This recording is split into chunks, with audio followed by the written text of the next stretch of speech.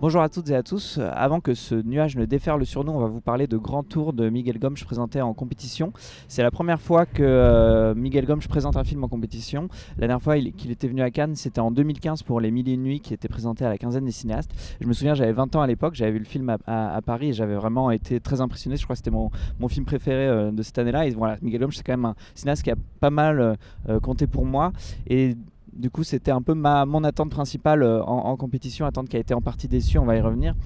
Pour résumer simplement le film, qui voilà, est un film hybride comme beaucoup de Miguel Gomes, c'est l'histoire ça se passe en 1918 et c'est l'histoire d'un homme qui fuit sa fiancée en Asie et qui passe d'un pays à l'autre avant que dans une deuxième partie, on découvre effectivement le voyage de la fiancée qui le suit vraiment sur ses pas et qui fait parfois les mêmes interactions.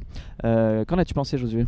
Oui, alors je suis un peu comme toi, c'est-à-dire je suis moins Gomesien que toi, même s'il y a des films de lui que j'ai aimés, et c'était une attente, d'une part parce que c'est vrai que Gomes a souvent été annoncé en compétition sans jamais y être, que ça fait un moment aussi que le cinéma portugais ne s'était pas retrouvé en compétition. Je crois que la dernière fois c'est En avant jeunesse de Pedro Costa, et puis aussi parce que là, dans le cadre de cette compétition, on misait quand même, il faut le dire, un peu beaucoup sur Gomes, pour nous réveiller dans la dernière ligne droite. Je pense qu'on peut résumer la déception du film vraiment dans son dispositif, c'est-à-dire que le film s'ouvre sur une grande roue qui tourne et va lui-même organiser une sorte de double grand tour qui est répété. Donc le grand tour, c'était aussi une espèce de pratique touristique coloniale qui consistait à visiter un certain nombre de pays d'Asie, voilà, de faire cette espèce de grand tour touristique, et en fait en entrelaçant toujours ce qui est quelque chose de très gomchien, une partie fictionnel, romanesque, dans un noir et blanc qui peut évoquer d'ailleurs celui de Tabou, qui était lui aussi une espèce de fiction post-colonialiste en deux parties, qui revisitait à la fois une certaine histoire de la colonisation et une certaine histoire du cinéma, puisque la référence principale c'était quand même le Tabou de Murdo, d'une certaine manière.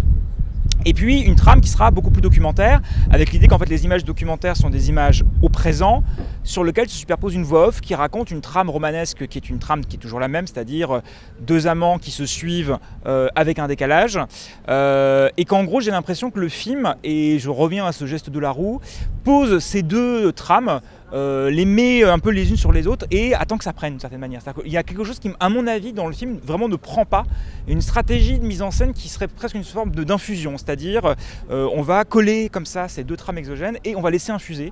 Et ce qui m'étonne beaucoup dans le film, c'est que d'une certaine manière, soit le rapport entre la bande image et la bande son souffre de redondance, soit au contraire j'ai l'impression qu'on pourrait complètement remonter le film, on pourrait mettre des images du Laos à la place des images de Shanghai avec le même propos narratif et ça produirait exactement la même chose. Et il y a un côté comme ça pendant 2 heures de ruban d'images raccordé par cette voix off et raccordé par cette trame qui est quand même réduite à l'os de fiction romanesque, mais que globalement il se passe quand même assez peu de choses formellement en termes de dialectique, même de montage. Il y a quelques surimpressions, il y a quelques effets, quelques coquetteries d'ailleurs un peu gomchiennes, un bip qui censure un gros mot, voilà, des petites choses comme ça. C'est un peu gratuit en effet. Voilà, des petites choses comme ça qui font partie du cinéma de Gomes, qui s'amuse beaucoup et qui joue généralement avec une matière hybride. Et là je dois dire que vraiment le film est même un peu déconcertant dans son espèce d'inanité à vraiment tirer quelque chose de ce dispositif qui à mon avis est un peu un geste d'auteur rigide mais qui produit pas grand chose. Là où je trouve que ça circule, le film m'a fait un peu penser, c'est marrant, à Caught by the Tides de Giazanke, Oui, dont oui. Corentin avait parlé dans une carte blanche, qui était aussi un film où il y avait un mélange de documentaires sur lequel le cinéaste venait sorte de plaquer une fiction, c'est-à-dire qu'une scène sur deux on avait une forme vraiment de documentaire et ensuite on voyait l'actrice de Giazanke ce qui était vraiment le principe aussi des Mille et Une Nuits de certaine manière, si on allait à la quintessence de ce qu'il essayait de faire. Ouais.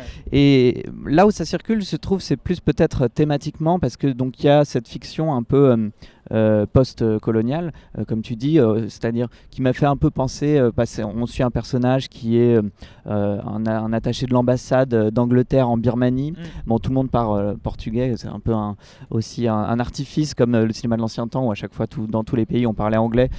Miguel Gomes se l'accommode mais version portugaise. Même si on entend quand même, même un si ensemble, oui. voilà, de voix de... Notamment la voix off à chaque fois s'adapte à la langue du pays dans lequel le récit se situe à ce moment-là. Donc on passe d'une voix off thaïlandaise à une voix off japonaise par exemple.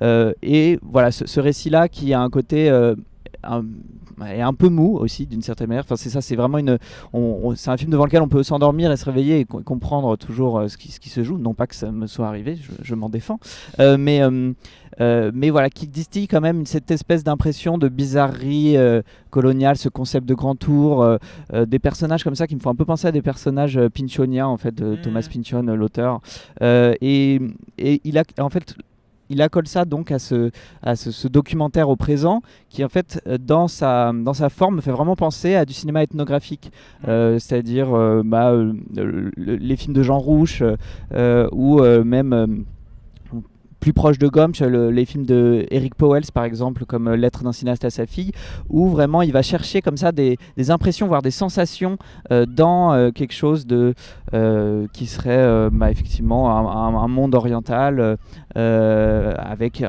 peut-être une forme de pittoresque qu'on pourrait lui reprocher, mais néanmoins qui parvient à capter comme ça des formes vraiment très, très visuelles qui parfois produisent des choses. Moi notamment ce que j'aime bien, c'est quand le film à plusieurs reprises va prendre un morceau de musique c'est-à-dire va filmer vraiment une scène documentaire de un personnage une fanfare qui passe ou un personnage qui joue de la guitare sur un bateau à un moment et qui va ensuite faire un montage à partir de cette musique-là qui va recouvrir d'autres images jusqu'à rejoindre la fiction. Il y a quelques frictions comme ça, mine de rien, qui pour moi produisent quand même quelque chose, même si c'est quelque chose d'un peu abstrait, peut-être de l'ordre d'une sensation, mais en général, je suis quand même d'accord avec toi qu'il y a quelque chose qui ne marche pas tout à fait et qui est en tout cas moins abouti que dans Tabou dans les mille et une nuits sur justement cette rencontre entre fiction et documentaire. Non, mais je suis d'accord avec les exemples que tu mets en exergue. Il y a quelques moments dans le film que je trouve un peu plus inspirés ou qui se démarquent. Mais c'est vrai que moi, ce qui me semble même étonnant, alors c'est en deux parties, mais c'est pas deux parties qui sont aussi nettes que d'ordinaire chez Gomch. C'est-à-dire que d'habitude, il y a des cartons où il y a une forme de scission qui est très nette. Et moi, je suis un peu étonné de voir à quel point en fait tout le film est un peu sur la même tonalité, en dépit d'une forme de polyphonie. Qui soit évidemment alors les différentes langues, mais aussi la musique comme tu en as parlé, et puis cette friction entre a priori deux choses qui sont à la fois des mêmes localités mais des temporalités qui sont complètement opposées. Et moi je trouve ça étonnant à quel point le film au contraire a peu d'accroche, et comme s'il y avait une forme de fossilisation du style de Gomch. C'est-à-dire qu'en plus il y a vraiment tous les éléments de ces films précédents. Il y a un côté presque de... Une fermeture à l'iris par exemple. Voilà, exemple de pot-pourri ou de paella, de plein d'éléments distincts. Et en même temps, il y a vraiment quelque chose qui ne prend pas. Moi, ça m'interroge aussi sur une tendance qu'on peut retrouver d'ailleurs au Festival de Cannes quand on a des cinéastes installés. Je pense par exemple à Cronenberg, c'est-à-dire à quel moment un cinéaste qui a un univers et un style hyper identifié finit par en fait ne plus que travailler les rebuts, les reliquats de son imaginaire plutôt que de véritablement mettre en scène. Et moi, ça me frappe vraiment par moment de me dire de certaine manière que je vois presque une espèce de bande continue qui évoque le style de Miguel Gomch, mais je ne sens pas vraiment le regard de Miguel Gomch articulé autour de... Alors ça tient peut-être aussi à la gestation compliquée du film, hein. J'ai même cru comprendre que visiblement il y a une partie du tournage qu'il a dirigé à distance à cause de l'épidémie de Covid. Il y a vraiment quelque chose à mon avis de désincarné, d'un geste d'auteur qui table un peu sur une forme encore une fois d'infusion, et je pense que l'expression est intéressante, mais je pense aussi tu vois à certains films de Bertrand Monet où j'ai l'impression que les films sont des espèces de décoctions où on met plein d'éléments différents dans une marmite et on fait cuire à feu doux et on attend que ça produise quelque chose, de l'hybridité. Et le problème c'est que je vois le geste hybride mais je ne le ressens pas vraiment, et je trouve que ça produit pas énormément de choses. Là où je suis d'accord avec toi, c'est effectivement... non, c'est vrai, là où je suis d'accord avec toi, c'est notamment sur la structure en fait. Il y a cette idée donc des deux parties, un personnage puis l'autre, mais en fait il y a deux parties qui sont tout le temps collées, qui est donc le documentaire et la fiction, ce qui fait qu'en fait les deux parties effectivement sont pas si étanches que cela. Elles se ressemblent en fait énormément. C'est un peu la suite. Il y a toujours les mêmes théâtres de marionnettes qui sont revisités. Là où effectivement, par exemple, Tabou, il y a vraiment une sorte de vertige à la coupure en deux. Moi, c'est vrai que j'aime bien les films coupés en deux, ce que ça produit, Psychose, tout ça.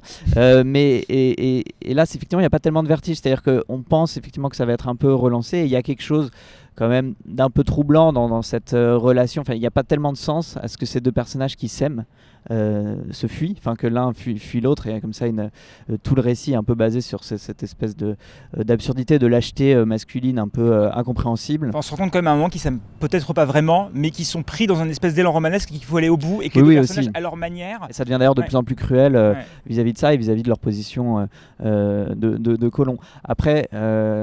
donc ouais, je partage ta déception. On reste tout de même que derrière les petites coquetteries, comme tu les appelles, ça reste formellement un film qui m'intéresse un peu plus que pas mal de films qu'on a vus en compétition, ne serait-ce que par les plans dont j'ai parlé, ou cette surimpression dont on avait parlé à la sortie de la séance. Il y a vraiment une surimpression qui dure presque 5 minutes, où je crois que c'est une parade de scooters, comme il peut y en avoir dans certaines villes d'Asie, avec un musicien, je crois, enfin je confonds peut-être, mais effectivement, bon, il y a Ensuite, quelque chose qui ne prend pas tout à fait. Les images sont trop c'est normal de confondre. Moi, c'est un peu le problème aussi. Il y a un côté ruban d'image qui fait que d'une certaine manière, oui. même s'il y a 2-3 choses que je trouve inspirées, je pense qu'elles sont écrasées par cette espèce de ronron quelque part du montage qui produit assez peu de friction. Et finalement, paradoxalement, c'est son premier film vraiment ample depuis Les Mille et une Nuits. Mais en fait, le journal de Tuoha, ce petit film d'1h30 qu'il a fait pendant le confinement, qui n'était pas prévu et finalement peut-être plus abouti que ce film-là. Enfin voilà, bon, c'est une petite déception quand même pour Miguel Gomes, et c'est maintenant l'heure de la carte blanche.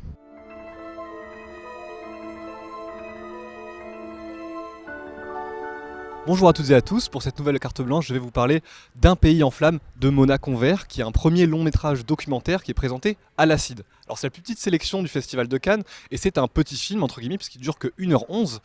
C'est pas pour autant que c'est un film du tout réduit, au contraire je trouve que c'est même un film qui propose des scènes parmi lesquelles, parmi les plus belles que j'ai pu voir durant cette quinzaine à Cannes. Alors c'est un film qui suit une drôle de famille dans les Landes, qui suit une famille en fait qui est tout entière consacrée à l'expérimentation ou à la préparation de spectacles de feux d'artifice. Donc c'est un film un peu pyrotechnique. Ce qui est assez fascinant, moi je trouve, dès le début du film, c'est que en fait, Mona Convert va filmer vraiment la nuit, en pleine nuit, les Landes. On voit des animaux qui apparaissent un petit peu comme des fantômes, on voit des biches, on voit des moutons, on voit des chiens. Voilà, il y a tout un bestiaire comme ça qui se présente à nous. Et le cœur du film, alors il n'est pas entièrement constitué de scènes de feux d'artifice, il y a aussi un petit peu de portraits sur cette famille, même si le film est assez peu loquace là-dessus. Il y a surtout les scènes de feux d'artifice, et celles-ci, elles m'ont vraiment provoqué un sentiment de fascination, notamment dans la manière dont en fait l'apparition de la lumière et la disparition d'autres feux dans le cadre, ça apparaît à droite, à gauche, en bas, en haut, et en fait on va avoir une sorte de recomposition comme ça du cadre sans cesse, c'est-à-dire que même si c'est un plan long, même si c'est un plan fixe, le plan est complètement en mouvement, il est toujours en train de changer, de muter, et il y a vraiment quelque chose d'assez magnifique là-dedans. Moi ça m'a fait penser à certaines séquences d'Apichatpong ou Veracetakul, ou à certaines de ces installations, dans la manière dont voilà, le cadre se recompose sous nos yeux, le visible et l'invisible sont sans cesse en train de se passer le relais. Et puis il y a notamment aussi une des dernières scènes de feux d'artifice à la fin, où en fait l'intensité lumineuse et le jaillissement des feux d'artifice est tellement rapide que la caméra, qui filme donc à 24 images par seconde, comme c'est souvent le cas au cinéma, n'arrive pas à suivre, et ça transforme le film en espèce de film expérimental en fait, où on a des sortes de flashs comme ça, de lumière, des flashs d'ombre sur des visages, sur des forêts, sur des plants d'arbres, etc. Donc c'est vraiment un très beau film. Je crois qu'il va sortir dans un petit moment, donc l'oubliez pas, notez-le dans un coin, puis on se retrouve demain pour une nouvelle vidéo.